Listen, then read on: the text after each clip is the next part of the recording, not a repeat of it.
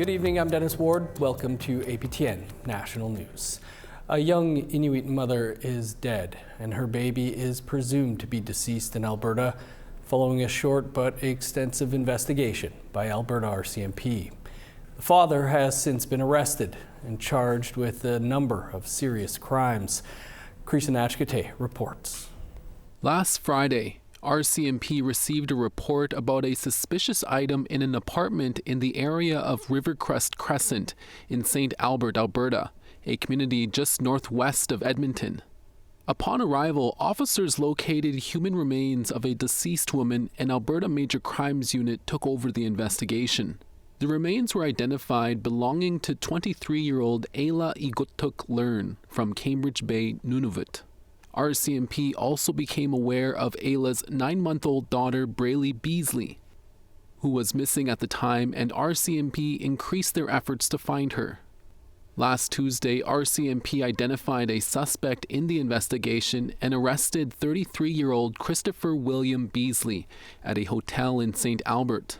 Alberta RCMP say Beasley and Igutuk Learn were in a common law relationship, living in St. Albert since April of 2024, and baby Braley is their daughter. Beasley has been charged with 1 count of second-degree murder and 2 counts of indignity to human remains. RCMP say they have reason to believe baby Braley is deceased, and they are now looking for the remains, adding they have an understanding of where her remains are located. The gravity of investigating the death of a 9-month-old to a young mother in a safe community is immense.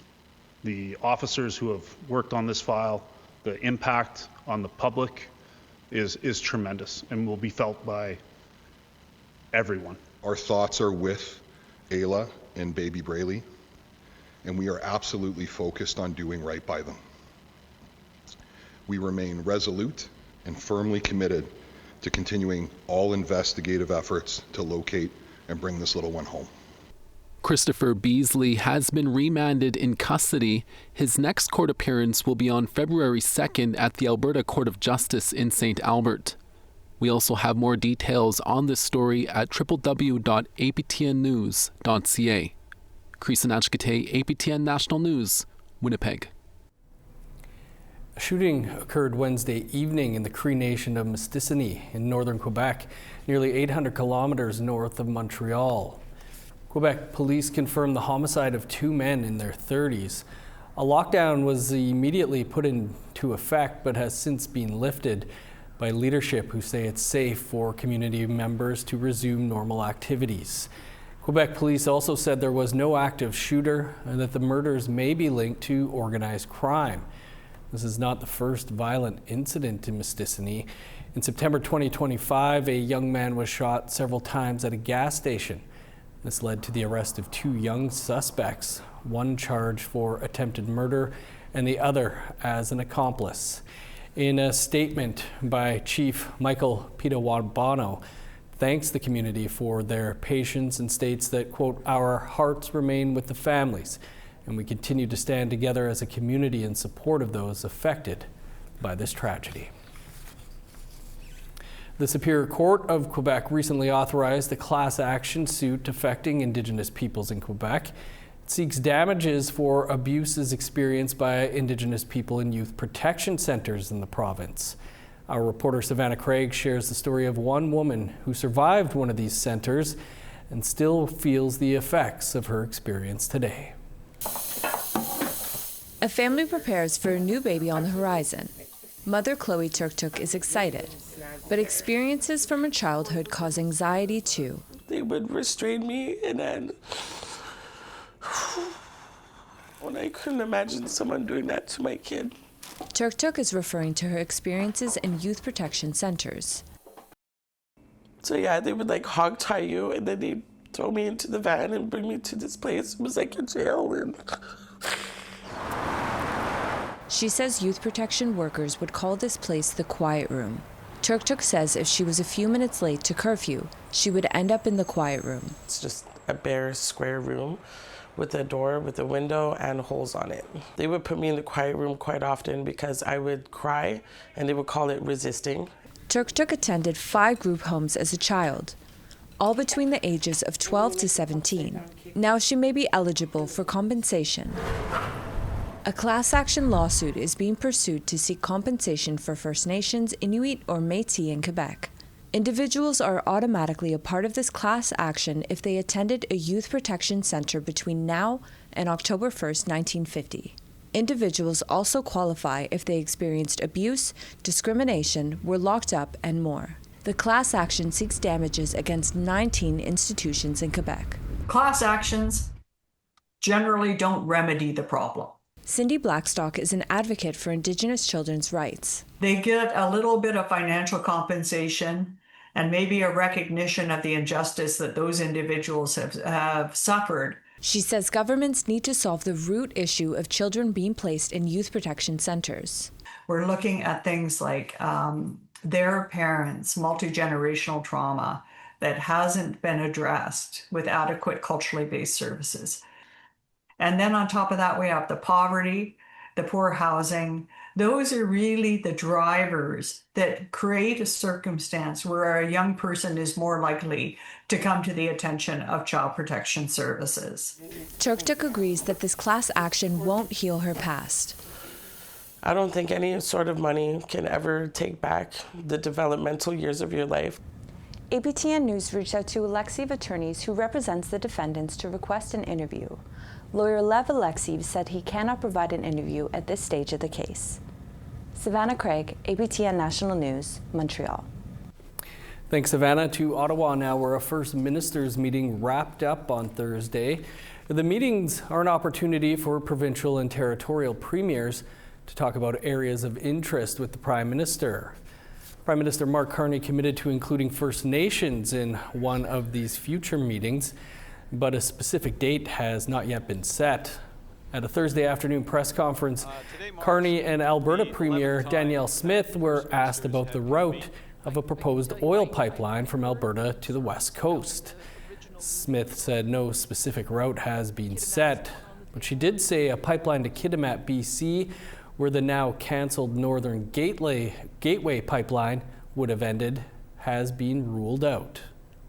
But we are looking for a deep water port that does not require a lot of additional navigation. We're certainly talking about marine response if there was ever an issue, and being able to develop new jobs for Indigenous communities when it comes to the tug operations that will navigate them out to open sea. Not only that, but also the potential for a large ownership stake of Indigenous nations in both British Columbia and Alberta. Nunavut Premier John Mayne is continuing to meet with other provincial and territorial leaders as well as the federal government this week. He says he's hearing good things from discussions around Arctic security, but wants leaders to take a more holistic look at the Arctic. Much of the First Ministers' Conference this week focused on Arctic security and sovereignty. Mayne has maintained a position that Arctic security discussions can't happen without Arctic representation. This week he's had the chance to meet with the Prime Minister and his cabinet. Over the past year, the federal government has announced billions for various military projects, including funds for operational support hubs in Iqaluit, Inuvik, and Yellowknife. Mayne says that he's glad to continue talk of support for Arctic security, but it cannot be one-dimensional.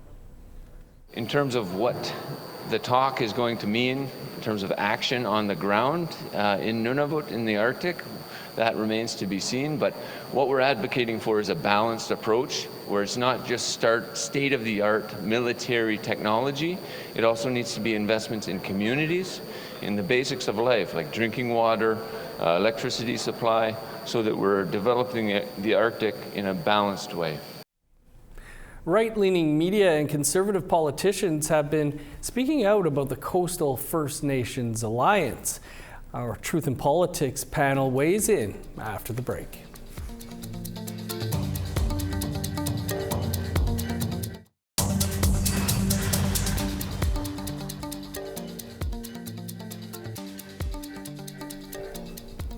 Welcome back.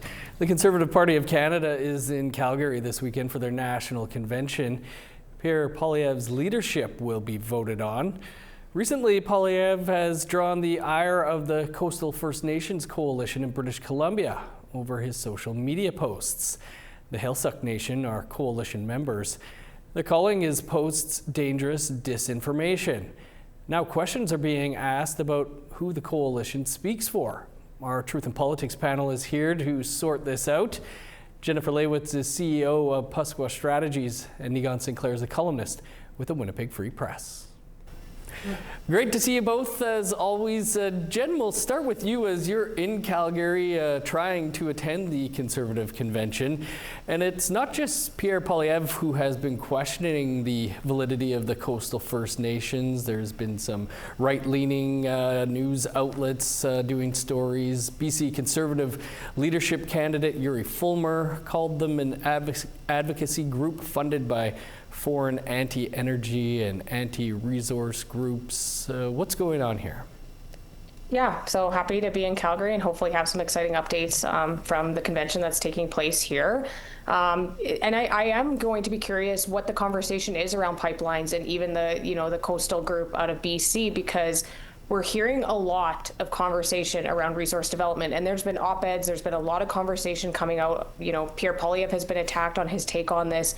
I think what is happening is a lot of people are forgetting what the difference is between an actual rights holder and, maybe a treaty alliance group or an organization or an advocacy body. And we have to be very careful that we separate those two, especially in conversations like this. It is essentially supposed to be the rights holders and the people that are directly above with the authority over the rights holders, chief and councils, things like that, when it comes to giving that consultation and that consent. And this always happens anytime there's conversation around resource development or pipelines. We kind of drive home the loudest voices, and I find that the actual rights holders, which this group is not a rights holder, there are, not numbered treaties in BC like there is in Saskatchewan, so it's a much different playing field, but we have to go back to what the grassroots and the communities want and make sure that if there is participation in resource development, that we are actually at that table and it's not high-level bodies that are making those decisions on behalf of us. Nigan, what's your understanding of who the Coastal First Nations are and who they represent? Well, they aren't really a regional chiefs group. What they are is they're a set of alliance of both organizations, and there are government members who represent their own interests, but are part of the interaction in that organization. In many ways, I would kind of call them a kind of NGO, maybe a non-governmental organization that certainly has a great deal of influence, a great deal of power in terms of talking about the ways in which First Nations, coastal BC First Nations, what it is that they're interested in doing, of course, involved with understanding the environment intimately, and of course understanding kind of tribal politics in BC. We have to remember that in BC, what you have is you have Indian Act leadership, which is recognized under the federal government, and then hereditary leadership, which is tribal law, and is oftentimes not recognized by the federal government, or if it is, it's usually considered a second-tier government in some way, especially when it comes to consultation. And so you've already got a sort of unofficial, non-recognized by the federal government, anyways, recognized by Indigenous peoples, systems of government in operation. So in many ways, there are lots of people in BC who would see the Coastal First Nations as a kind of government-like body, a body that represents the will and the interests of the people. So it's a complicated answer. It's how would you recognize, for instance, a regional body in certain areas of the country, like the Southern Chiefs Organization in Manitoba, or the Manitoba Kiwetnuk Ogamuk in Manitoba, the Northern Chiefs Organization. They are not really a governing body, and as Jen mentioned before, they're not rights holders because they don't recognize, or they're not recognized as having rights over making decisions for First Nations, but extremely influential. Hold forums, hold bodies, and collectively make decisions together to act as one. So I think in many ways it's a complicated answer. We'll leave it there, and we're going to talk more about the Conservative Convention over on the podcast. Thanks to you both. You go ahead, Sharon. And you can check out this week's entire panel wherever you download your podcasts or our YouTube page. And if you're wondering, Jennifer is now inside of the convention. A rather unique honoring ceremony was held by Perimeter Aviation on Wednesday for the late Grand Chief of the Assembly of Manitoba Chiefs, Kathy Merrick. As TR Wheatley shows us now, family and friends alike were there to witness it. Registered CGYCM. Perimeter CEO shares the aviation registration code for the newest addition to his company's fleet, the last two letters chosen for the late Kathy Merrick. Joey Petruser says the idea came from his employees, saying it speaks about her reach and the respect she garnered. Grand Chief Merrick was a tireless advocate for the First Nations people across Manitoba. She led with courage, compassion, and a deep belief that access matters. Patrons entering the plane will be greeted by her name, her signature, and Manitoba Kiwetnui Ugamaganuk Grand Chief Garrison Sati shares her spirit name in the Cree language. It translates to Red Pipe Woman. Kathy Merrick walked this earth with a strength that uplifted our nations and our people. Kathy was the first woman to lead 63 First Nations under the Assembly of Manitoba Chiefs. She died suddenly in September 2024 while still in office, collapsing on the steps of the Law Courts building, many saying she worked for the people up until her last breath. Manitoba even had her lay in state. See, it's still hard. Todd Merrick was married to Kathy for over 30 years. He says since her passing 16 months ago, he continues to get reminders of how special his wife was. But this naming ceremony hits different because it's the frontline workers who asked for this. She really was really about the people, and to see like just the regular people thinking of her and bringing this forward is really, it's even more special. Perimeter Aviation is based in Winnipeg and serves 23 communities in northwestern Ontario and northern Manitoba, including Kathy's home community, the Pimpichikamak Cree Nation, where her lifelong friend David Monias is chief. I thank you for naming this after Kathy. Because when my people go home, it's Kathy that's going to take her home, my people home. TR Wheatley, APTN National News, Winnipeg. Quite an honor. Time for one last break, and then we'll bring you the latest on a Métis Muay Thai fighter and her quest to compete in an international event. Stick around.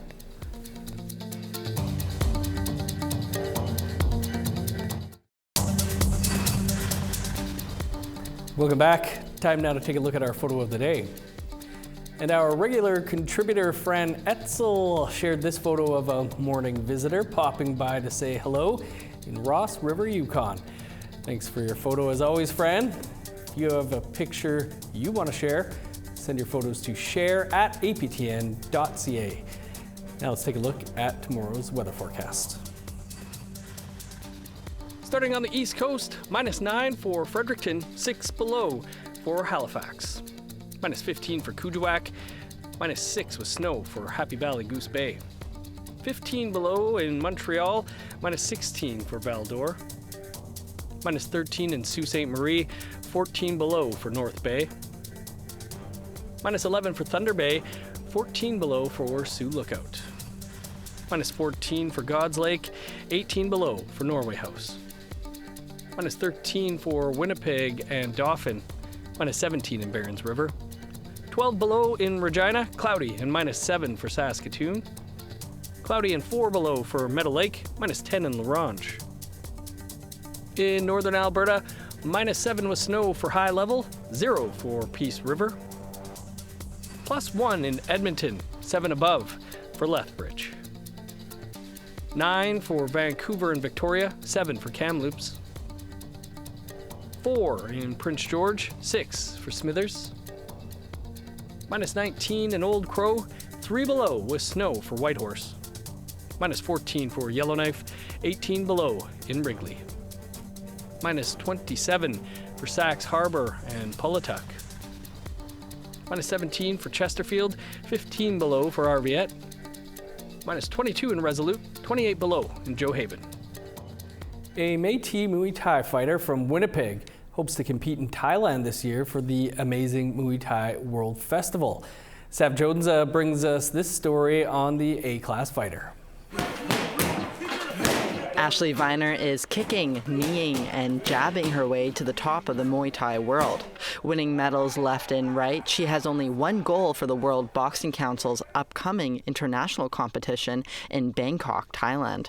I will be hoping to come home with gold. I have a bronze and a silver medal from the WBC through Muay Thai, so a gold would be amazing to complete the set. Now she just has to get on Team Canada to compete. She's been preparing non-stop for the February 1st tryouts. A lot of training, so a lot of cardio right now. I'm doing a heavyweight cut, a lot of pad work with my coach, so a lot of endurance, making sure that I can withstand the 2-hour tryouts.